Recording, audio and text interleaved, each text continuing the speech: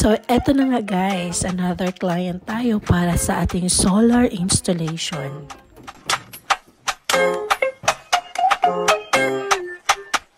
Mag-silent o nataaning dapita mga guys.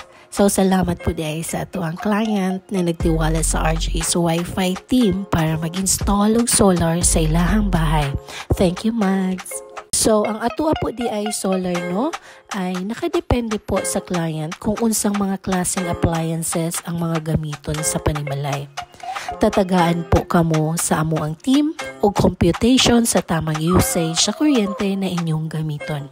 So, in short po, nakadesign po ang atuang solar sa gusto ninyong mangyari sa inyong bahay.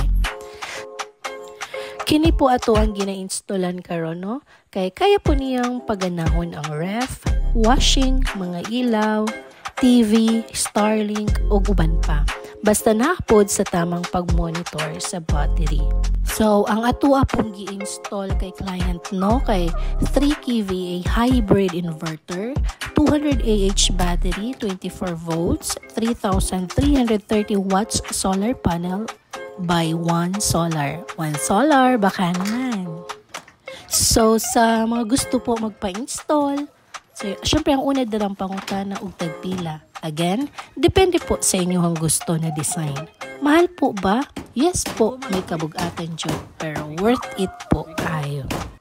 And here's the final output. For inquiries po, PM lang po mo. O dinhin na lang po kutob ang atuang vlog. Solar installation by RJ's Wi-Fi team. Thank you and God bless.